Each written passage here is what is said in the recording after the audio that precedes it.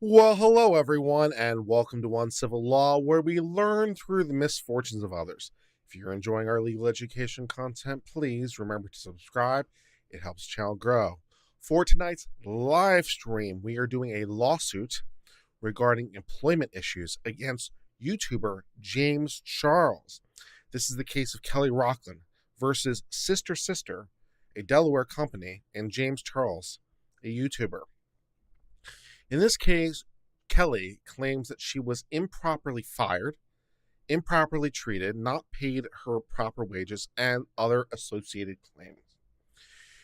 So we're going to read this lawsuit and we're going to try to analyze it for whatever merit it might have.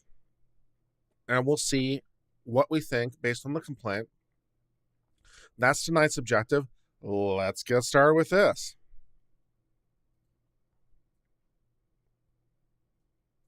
The plaintiff, Kelly Rockland, is an individual who is employed by defendants James Charles Dickinson and Sister Sister LLC in Los Angeles in the state of California. Plaintiffs are informed and hereby believe and base thereon allege that defendant James Charles, I'm just going to call him James Charles for the rest of this exercise because that's how everyone knows him. No one knows him as Dickinson. Is an individual residing in the state of California who's the owner, director, owner, or manager agent of defendant Sister Sister LLC and controls plaintiff's wages. Plaintiff informed and believes and based thereon that the defendant is a limited liability company duly organized and existing under the laws of Delaware and doing business and qualified to do business in California with a principal place of business in Los Angeles, California. Plaintiff is ignorant of the true names or capacities of defendants sued herein under fictitious names Doe 1 through 50, covering our bases, I guess, and therefore sued pursuant to Civil Code of Civil Procedure. It's hard to really believe off the top of it that anyone else is responsible for this, because the company is responsible, and he's responsible, presumably, if he might be, depending on the nature of it. So the company might be responsible. He may or may not be responsible. That's one of the reasons LLCs exist, right, to insulate the person from the company. But it's hard to believe that there's really anyone else who could be liable, at least obviously. But we'll cover our bases and sue a bunch of people just in case. These people are sued pursuant to California law. When their true names and capacities are ascertained, plaintiff will amend this complaint by inserting true names. Plaintiff is informed and believes that these defendants, inclusively, hereafter referred to as does, acted wrongfully, maliciously, intentionally, and negligently, and each is responsible in some manner for the events and happenings of the complaint. And the injuries of the plaintiff, as alleged, were approximately caused by these people, either through defendants' own conduct or through the conduct of their agents or employees. Okay. Plaintiff is informed and belief and based thereon that all relevant times each of the defendants, whether named or fictitious, were merging entities, merged entity, subsidiary, acquiring corporation, agent, or employee of each of the remaining defendants, and in doing so was acting in the course and scope of the agency or employment, which that might very well be. And if they're acting in the course of the company of Sister Sister, then Sister Sister would presumably be liable because they're acting on their behalf. That's what respondeat superior liability is all about. As used herein, the defendant means all the defendants, jointly and severably.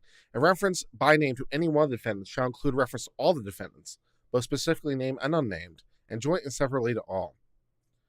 Venue is proper in Los Angeles County because the employment occurred in Los Angeles County. That sounds pretty good. The case presents a compelling story of a hardworking employee who was terminated by Sister Sister in retaliation for her medical condition and engagement in protected activities in relation to her former employer, Costel Enterprises. All right, so we are claiming we were improperly fired for two reasons. We are improperly fired based on a protected class, medical disability, or disability of some variety, and for protected activity in relation to a former employer. Okay. All right, let's read some more. On August the 2nd of 2018, Miss Rockland began her employment with Sister Sister as a video editor. Throughout the initial period of her employment, Miss Rockland was constantly praised for her hard work, dedication, and talent by James Charles, owner and operator of Sister Sister.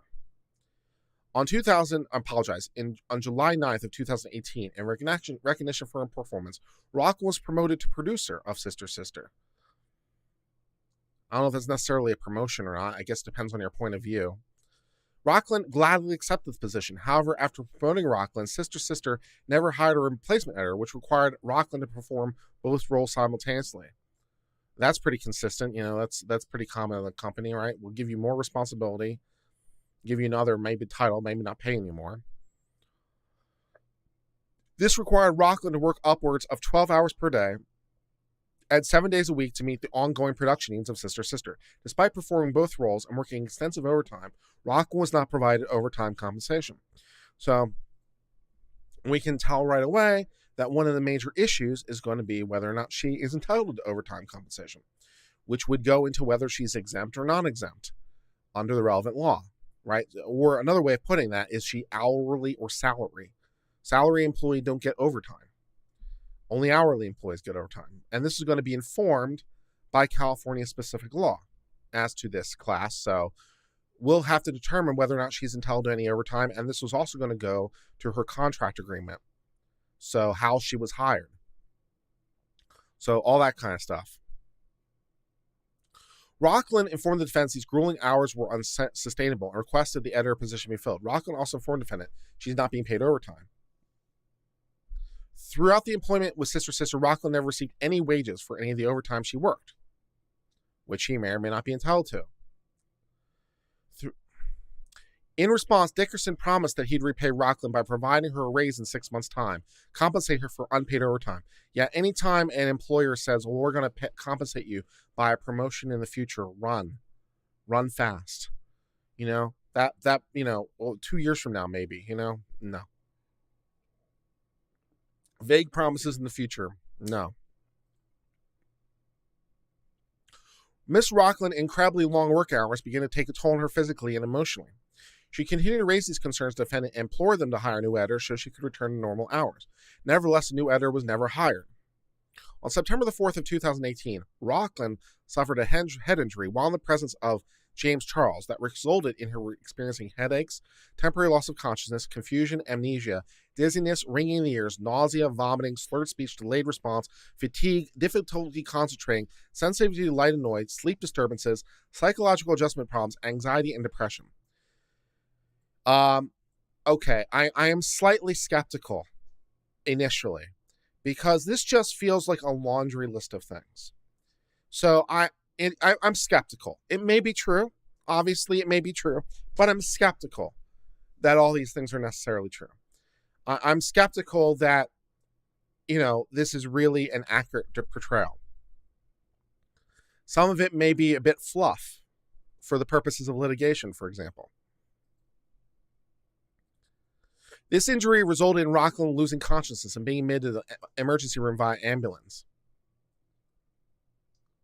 Rockland's hospitalization caused her missed time at work and caused delays in video production goals. Rather than showing any concern or empathy for Rockland's serious medical condition, Dickerson callously accused her of not being dedicated to her job as a result of her work being delayed while she's hospitalized. Okay, which may or may not be a dick move, but may not be illegal. Right? I'm not going to fire you because you are disabled. I'm firing you because you literally can't work. And unless they're a big enough employer to qualify for some sort of law that would cover them, they may not be required to do this. So, for example, in federal law, there's something called the the Family Medical Leave Act. And it only applies to employers that employ 50 or more employees. So I'm going to guess that, for example, the Federal Medical Leave Act, which would allow you by federal law to take time off of work, doesn't apply here because I'm going to guess they don't have 50 employees. So these laws often have caps on them. So she not showing up to work because she's injured, they may be able to fire her for that. That might be a valid cause. Might be dick, but might be legal. Upon returning to work, Dickerson convened a meeting with Rockland where she chastised her for falling behind on video production during the period she was tending the medical condition. Again, maybe dick, but maybe legal. I assume at some point we're going to quote the relevant law, right? And then we can determine whether or not it's legal. So these are factual backgrounds. and we'll determine whether or not it's legal or not. James Charles informed Rockland that he's disappointed with the fact that production projects were not completed while they're hospitalized. James Charles said, "I want to be your friend, but I'm your employer, and the fact that your health was the reason the video did not go up does not make it a reason for the upload not to take place," or words to that effect, which may be dick, but might be legal. Concurrent with James Charles's in-person disregard for the medical condition, he would send her text message stating her health condition was important to him. Rockland texted James Charles regarding the duplicity questioning while he appeared to be considerate of her medical condition in text, while repeatedly chastising her for missing time during in-person. James Charles responded by denying the in-person conversation occurred, saying, "Messages like this make me question whether or not you're actually 120% invested in the team." On September the 11th, 2018, Rockland was readmitted to the hospital for a fourth time in connection with her injury. Rockland's treating physician diagnosed her with a concussion and instructed her to take a week off work in order to recover, which might be medically necessary, but may not necessarily be something that the employer was required to apply for. Why was this filed in the California Workers' Comp Appeals Board? It wasn't. This is in the District Court of Los Angeles. It might have been filed somewhere else, but there was no worker comp argued for, and then wherefore. And she might not necessarily be entitled to workers' comp for the exact same reasons I alluded to before. There's sometimes that there's minimum requirements to qualify for some of these things. Rockland informed Dickerson of her medical condition and need for a leave of absence. Dickerson responded he knew Robinson's close friend was in town, and she should enjoy a week off, implying Rockland was not being truthful in concerning a head injury. Okay. In September of 2010, mainly upon Rockland's return from medical leave, Sister callously informed her that he'd been terminated for poor performance, which may be legal. Notably, prior to a medical condition, Sister never took issue with the performance, instead just promoted her. Yeah, and then she stopped performing as well, maybe due to medical reasons. In fact, 2 days prior to the concussion, Dickerson showed Kelly praise due to her excellent performance. Thus, A received performance issues were a result of the concussion, hospitalization, and inability to work the schedule during the demanding time period. Rockland made a request for employment files for her prior employers. Okay, on May 21st. Made a request for employment files from her prior employer, which I believe she's entitled to by California law. On June 20th of 2018, Nixon Peabody LLP, which is a law firm, responded to the records request. Coincidentally, Nixon Peabody, specifically the partner at the firm, also happens to represent Sister. So the same body that represents the prior employer also happens to represent this employer. Okay. Rockland is informed and believe and bases thereon that her termination was substantially motivated by Sister becoming aware she had engaged in protected activity, namely requesting her employment activities from Costal Enterprises and her contemplated legal action against that company. Okay, so I've taken a brief look at this issue a little bit from two issues because I understand that I might have a divergence of opinion on some of these issues from some other LawTube commentators. So it is my understanding, because people have told me, and I've not seen any of these videos directly, so I couldn't speak to the truth of it, but it is my understanding, the general consensus, or there has been a consensus, that the law firm acted unethically in doing this. Now, I don't see it, obviously. I don't see the obvious issue. The idea is the law firm learned about a lawsuit or a claim against one of their clients. And they turned around and told another one of their clients that an individual who's not their client is suing one of their clients. Now, if all they said is this individual, who we'll give you the name of, is suing one of our clients and didn't even mention the name of the client, I don't even see the privilege issue, because the name of the other person isn't privileged. If you don't even mention your other client's name, it's so generic that it's not privileged. Even if they mentioned the other employer's name, if they had permission, first of all, it wouldn't be a problem. And if they didn't have permission, it might be well within the bounds.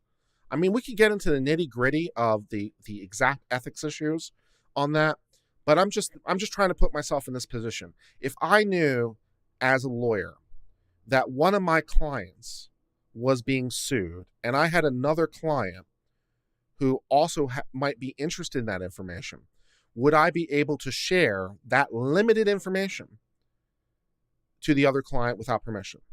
I at least could make a plausible claim, and I certainly could represent it generically enough to get around the ethic or to avoid the ethics issue completely. So there's been some suggestion that there's an ethics problem here, and I'm not immediately seeing it. The other thing that I've seen, or at least has been reported to me, is that there's been reports from other lawyers that they think that if the company, sister, fired based on this information, that they violated the law. And I'm not sure that's true either, because an employer can't fire an employee for protected activity. But the protected activity in question wasn't with respect to this employer. It was with respect to a prior employer, right? So sister wouldn't be firing her for protected activity against sister. They'd be firing her or for protected activity against a different employer. And the way the statute reads, I'm not sure that's a violation either. So I'm not sure that there's a problem. So I think there's a dissent of opinion between me and some of the other LawTube commentators, as best as I understand it. So we'll go from there, and we'll see if my opinion becomes revised, but that's where I'm sitting right now.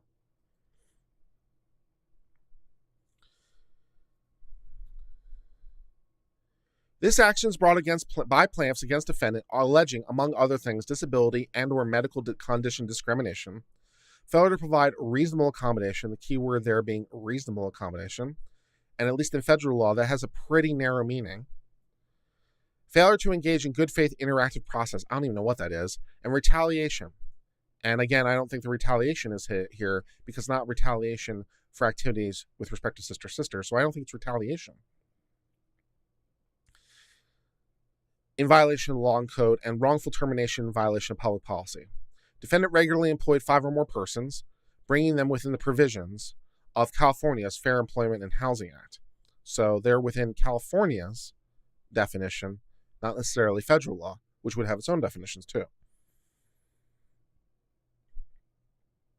Plaintiff has adequately exhausted all of her administrative remedies under the relevant law to obtain a right to sue letter from against the defendants. Okay, so the Department of Fair Housing has said that she can sue.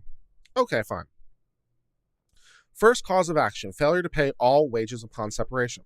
Plaintiff hereby alleges and incorporates all the allegations. At all times herein, defendant was required to compensate their employee for all hours worked upon for working at the appropriate time stated by employer. She's entitled to be paid for her work. Further, defendants were required to pay all wages upon separation. Defendants have failed to pay proper minimum wage compensation or overtime compensation, which, again, maybe they're not entitled to because maybe they're salaried. Under the affirmation, or they're an independent contractor or something else, right? Under the affirmation wage and regulations, plaintiff is entitled to recover all compensation for all hours worked, but not paid for a 3-year period prior. Defendant's conduct violates the labor code. It's conclusory. It's very, very conclusory. So we don't know if she's entitled to this. We don't know her status. Was she an employee? If so, was she an exempt employee or non-exempt? Was she a contractor?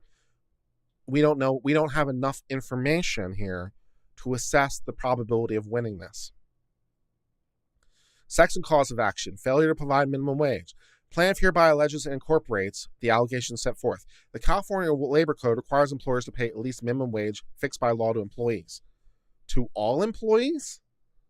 Or only non-exempt employees? How exactly does that work? Defendants and each of them failed to pay minimum wage to plaintiff for all overtime hours, which if they're a salaried employee, they're not entitled to. Plaintiff is therefore entitled to recover this amount plus interest and penalties, attorney's fees, and blah, blah, blah. Plaintiff is also entitled to recover liquidated damages. Okay, fine. Failure to provide overtime and double time compensation.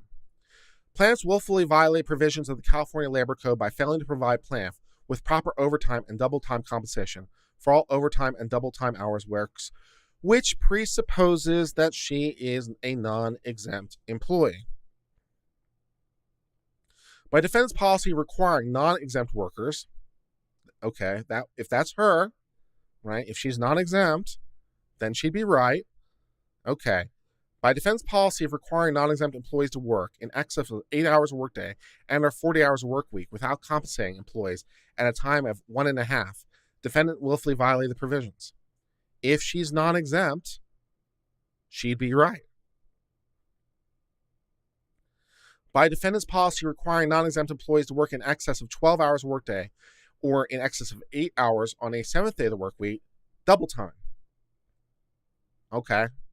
As a result of the actions, the defendant's been deprived of compensation and amounts thereof. Well, if she's a non-exempt employee and she worked those hours and it's documented, then she'd be right. We don't have enough facts to evaluate the probability of winning this cause of action.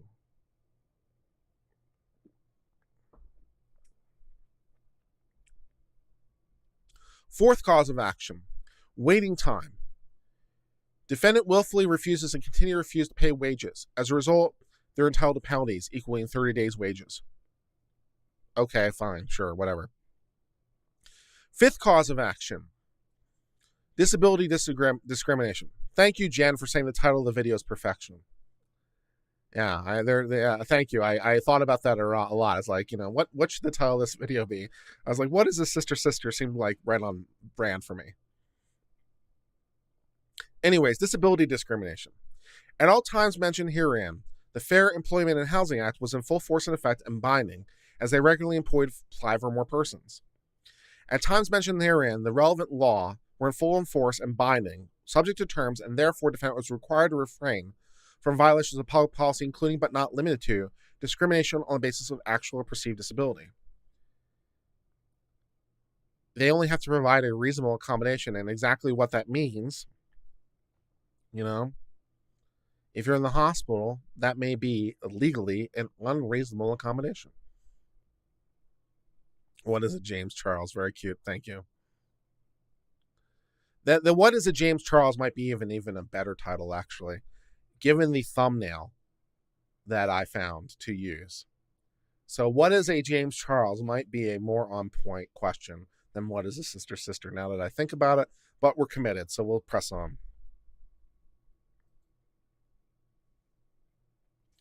At all times, they're a member of a protected class in that she suffered from an actual or perceived disability, specifically an injury to a head which resulted in a concussion. Plaintiff was treated less favorably than similarly situated workers with respect to terms, conditions, and privileges. Well, who was similarly situated is going to be a huge thing, and in a company this small, that could be a problem. Defense policy and procedures apply differently compared to other persons employed due to disability, or not necessarily the disability as such, but the fact that you couldn't work, which might be an unreasonable accommodation.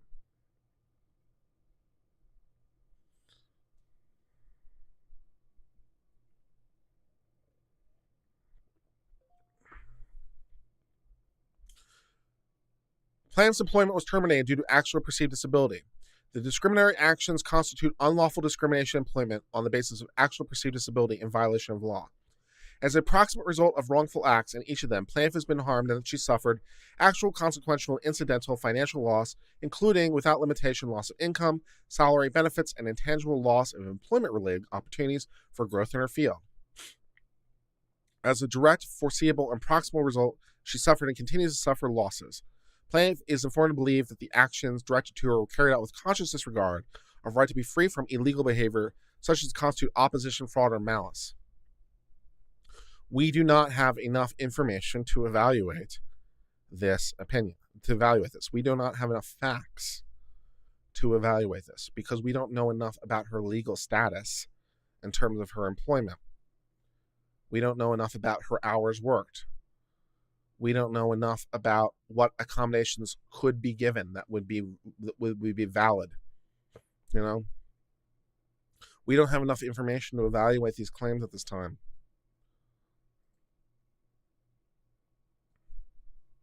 Failure to provide reasonable accommodation. While plaintiff was employed by defendant were aware they suffered from an actual perceived disability, plaintiff informed defendant they needed a reasonable accommodation in the form of time off to recover from injury and concussion. Why is that necessarily a reasonable accommodation? Usually to do a reasonable accommodation is usually something the employer would otherwise do for some employee, so doesn't provide any undue burden to them. So they wouldn't necessarily do it for you, but they would do it for some employee, so why not do it for you too? That's usually how reasonable accommodation goes. So reasonable, that's federal law, so California might be a little bit more different, but that's normally how reasonable accommodation is pretty narrow. It's not a lot. It cannot dramatically impact the business. And, so it's not as expansive as you might think. At least under federal law, it's not. Although defendant knew plaintiffs of the physical disability, defendant refused to accommodate upon the request, instead terminated in direct violation. Well, they only have to reasonably accommodate, and time off may not be a reasonable accommodation. It doesn't sound like a reasonable accommodation. To me, to my mind, it doesn't seem like a reasonable accommodation, at least under federal law, as I'm thinking. A reasonable accommodation might be different hours. A reasonable accommodation might be something that would be at the workplace that would help you, or perhaps an extended break or something. But time off as a reasonable accommodation under federal law, I don't see it, obviously. Now, as I pointed out previously, there's a different federal law that would apply if there's 50 or more employees, the Family Medical Leave Act. The Family Medical Leave Act allows an employee to take, I believe it's up to 12 weeks of unpaid leave and have their job guaranteed. So they won't get paid, but they won't get fired. And it applies and this would qualify, substantial injury to yourself, substantial injury to your wife or kid, stuff like that. So if there were 50 or more employees, the Family Medical Leave Act would kick in, but we don't have 50 more employees now, do we?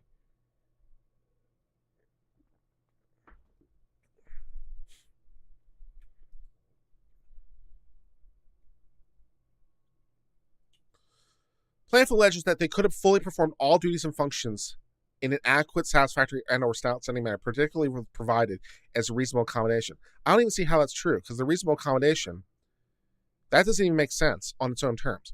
Because in paragraph 65, plaintiff says the reasonable accommodation would be in the nature of time off. And then in 67, she then says, if you had given me time off, I could have fully performed all my duties and functions of my job. Those two thoughts do not go together. I don't see how you can square 65 and 67. It seems hard how I give you time off and you can also perform your job go together in the same breath. No. As a proximate result of the wrongful acts of defendant and each of them, plaintiff has been harmed and that they suffer actual, consequential, and incidental financial losses. As a direct, foreseeable, proximal result, plaintiff has suffered harm. Plaintiff is informed and believed the acts are directed to her with conscious disregard of the right to be free from illegal behavior. Failure to engage. I'm not particularly impressed by this cause of action, by the way, in case you couldn't figure it out. Now, this might turn on some California-specific interpretation, right? Because I'm using the federal interpretations, and California is, of course, entitled to its own interpretations. So everything I'm saying might be modified in the future, and depending on our legal analysis, might change substantially. So I don't know California law. So all I can do is apply federal law and say, well, this is how it come out on federal law, and it's at least a reasonable conclusion to think that California law is the same. And lack of anything else, right? So as we learn more, maybe we'll change it. But it doesn't strike me that even California law could possibly say reasonable accommodation means I can fully do my job by being provided time off. That seems like those are two incompatible thoughts. And I don't think California would go that far. Even California, there are limits. Failure to provide accommodation. Didn't we just read that? Oh yeah, we went back up. Failure to engage in a good faith interactive process. Okay, what is this? At all times mentioned herein, California Code was in full force and effect and binding as defendant regularly employed 5 people. According to the relevant law, it's an unlawful employment practice for an employer or other covered entity to fail to engage in timely, good faith, interactive process with the employer applicant with known disability to determine an effective reasonable accommodation. The reasonable accommodation you wanted was time off, which would have necessarily impacted your ability to fully do your job. So, there's no negotiation to be had because, no. When plaintiff was employed, defendant was aware that they're disabled and required accommodation. Reasonable ones. In fact, plaintiff requested a reasonable accommodation in the nature of, I want time off, and was terminated. Plaintiff is informed and believed that no time to defense engage in the interactive process. As a proximate result, the plaintiff has been harmed and she suffered actual damages. As a direct foreseeable result, plaintiff has suffered substantial loss, informed and believe that this directed with conscious disregard. Okay, retaliation.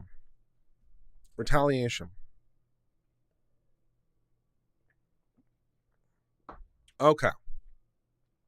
Plaintiff engaged in protected conduct protected by the relevant law.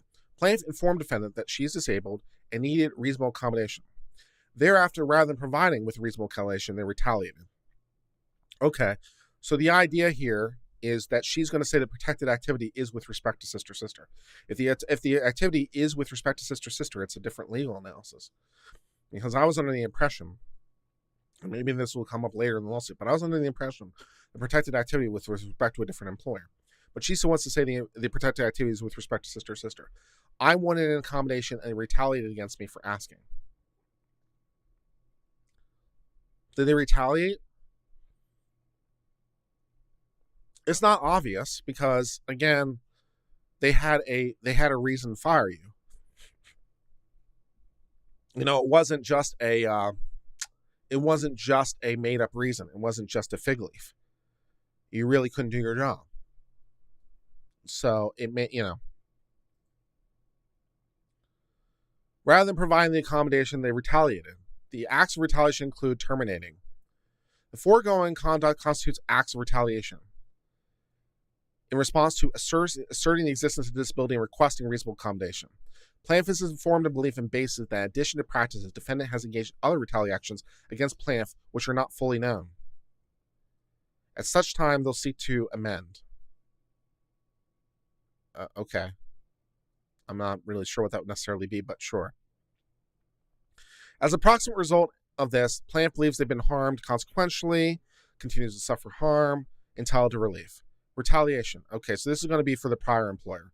Okay, so she had one for against sister, which doesn't strike me as obvious. Now she wants to sue sister with respect to prior activity for a prior employer, which doesn't seem like that's going to fly legally. Now, here's what the law says, right? Now, this is a quote from the law. No, it's not in quote marks, but I read it, right? Under California labor law, it's unlawful for an employer to retaliate against an employee for engaging in protected activity. But here's the issue.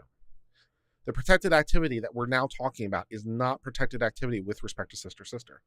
So in this context, the protected activity is not between an employer and an employee because they're not an employee with respect to this activity. The activity they're talking about is relating to a prior employer. So the way the statute's written and the way I would read it, they're not an employer with respect to this protected activity. Someone else was the employer with respect to the activity. So I don't see how this works legally. At the time, plaintiff was retaliated against because she requested her employment profile from her prior employer. If her prior employer retaliated against her somehow, then but the law firm or the law associate who represented both parties responded to this. So there's a common attorney between the two companies. Defendant then retaliated against Rockland for exercising her rights and wrongfully terminated. I'm not sure that's possible legally because they're not the employer with respect to this. Plaintiff is informed and believes that the addition to the practice, defendants have engaged in other retaliations. As a proximate result, they've been harmed. We've sought for damages, informed and believe the acts are directed with conscious disregard, blah, blah, blah.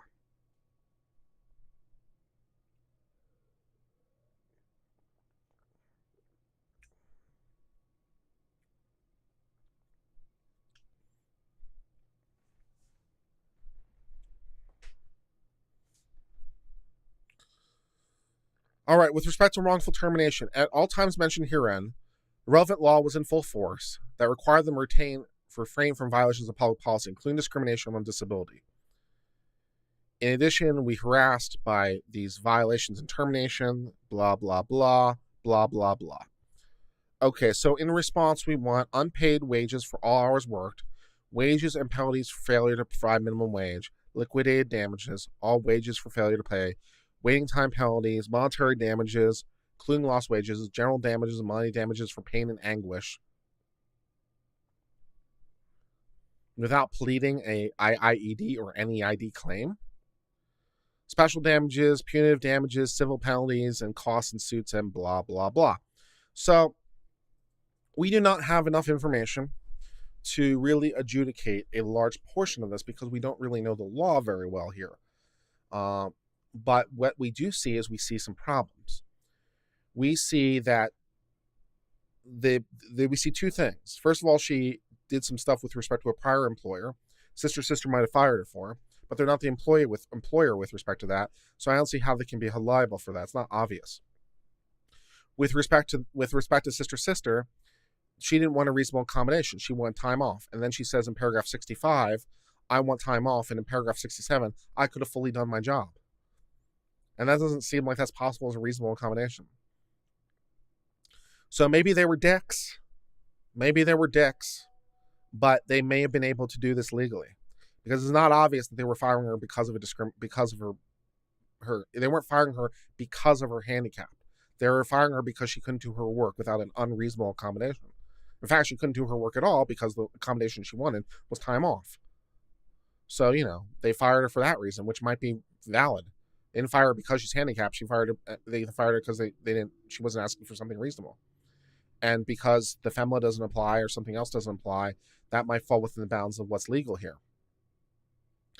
So, and then we get into the other issue with unpaid time, which we need way more information to answer that question. We need way more information. We need to know, first of all, it would be really helpful if they have a specific employment contract, because that would answer a lot of questions. That would help a lot, which, we don't have right now. So it would help to know. And then it would help to know whether or not they're exempt or non-exempt and how their pay was done and so forth and so on. And, how the money was, how much she was paid. I think James Charles said in the YouTube video she was paid something like $70,000. Am I quoting that number correctly? Which sounds more like a salary than a hourly. And maybe when you break it down hourly, she was below minimum wage, but that's not how.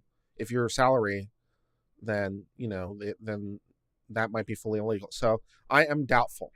I'm doubtful as to her claims. I'm doubtful that they are protected by relevant law. So we'll see. We'll see as we go forward whether or not. So the next thing we'll cover, and I don't know when we'll cover it, probably next week sometime, because I don't really want to do them back to back, but we'll do the answer or the response from James Charles, where they'll respond to some of this and they'll provide us some further information, and we'll be in a better position to adjudicate this. At the moment, all I can do is I say that I'm skeptical of these claims because they, because they're not providing me information, I assume the information is not helpful, which is a reasonable assumption, right? So I assume that they are providing me the information that's going to be helpful to their claim and not providing me information that's not going to be helpful to their claim, right? So I assume everything they tell me makes their claim look better, and the things they're not telling me makes their claim worse. So, like, I don't have the contract, why don't I have it? I don't have the exact language, why don't I have it? We don't have discussions of her exact status, why don't I have it? It is suggestive, although not dispositive, but suggestive. It may not necessarily be helpful. Because if it was helpful, presumably we would have put our best foot forward. So that's why I'm skeptical, because there's information here that's missing that would go change the analysis. So we'll see when we read the next document if our analysis changes, which it very well might, because we'll get a better understanding of California specific law and how some of these terms are understood, and we can have discussions related therein. But on first blush, it doesn't strike me as obvious. And Matt says, at first glance, it looks like time off is a reasonable accommodation in such case. You didn't even get to the salacious part. I literally read the entire lawsuit, Grace. I read the entire thing. It's only that long. What do you want from me? I read literally every paragraph in it. What do you mean I didn't get the salacious parts? I read literally every paragraph of the complaint. That's it. What salacious parts? There's nothing more. There's nothing more. What salacious parts? It might be another document. Man, maybe. It's not here.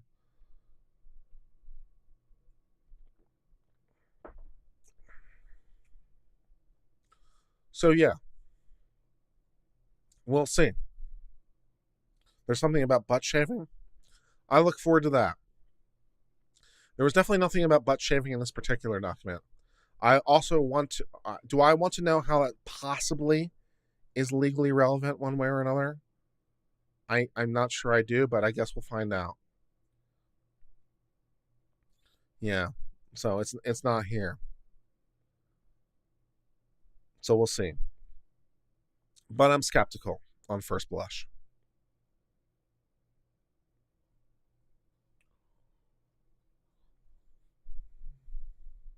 She hasn't. It's not here. Maybe it's in something else, but it's not here. You know, if you find other documents you want to share with me, you can share them to me on Discord.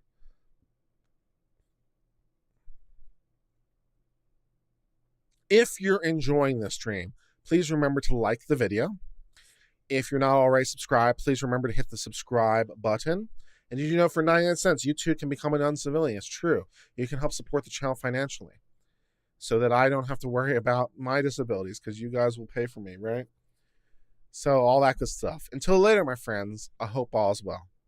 Cheers and goodbye.